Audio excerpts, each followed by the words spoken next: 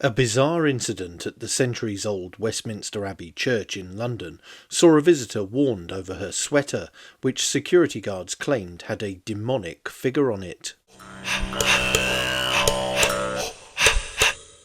The image was actually an illustration of the Greek god Pan from The Wind in the Willows, which security staff judged to be unsuitable for a place of worship. The design, taken from the 1908 first edition of the book, shows Pan with his characteristic horns, goat legs and pipes, as depicted in the chapter The Piper at the Gates of Dawn. The visitor, Lindsay Teggart, had travelled from Northumberland with her husband to visit the abbey. She said she was stopped at the entrance and informed that the figure on her jumper looked demonic. She said she tried to explain that the image came from a children's classic and represented Pan, not a satanic figure.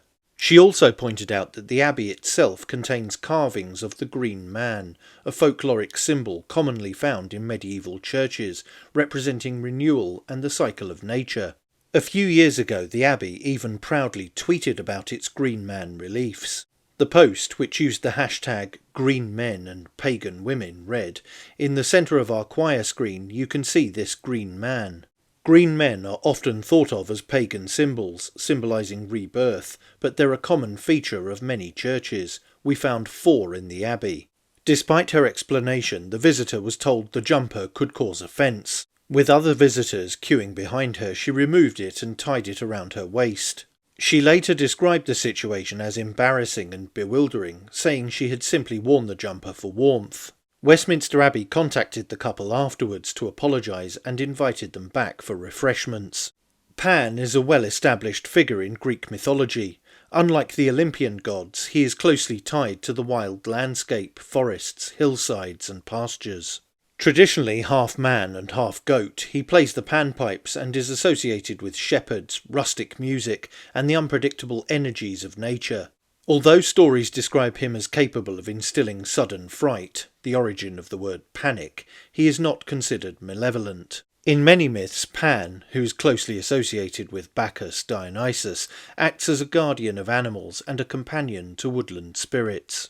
And by the early 20th century he had also become a literary symbol of the mystical and untamed aspects of the countryside, which strongly influenced Kenneth Grahame's masterpiece. The illustration on the jumper comes from one of the most enigmatic and frankly quite trippy chapters of The Wind in the Willows. In it, Mole and Rat embark on a nighttime search for Portley, the missing son of Otter. As the river grows eerily still, they hear faint music played on pipes. Drawn by the sound, they reach a small island at dawn, where they find Portley asleep at the feet of Pan. The god is presented as a protective, effectively holy presence. Mole and Rat are overwhelmed by a sense of reverence, but as daylight strengthens, the vision fades. Pan gently causes them to forget the moment clearly, leaving only a lingering sense of peace as they return Portley to his father.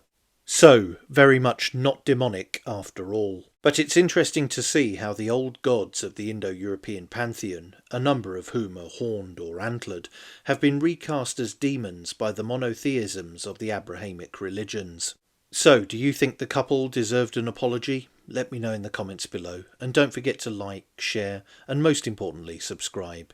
And you can also support the channel on Subscribestar via the link in the description, or via YouTube Super Thanks. Thanks for watching. Bye for now.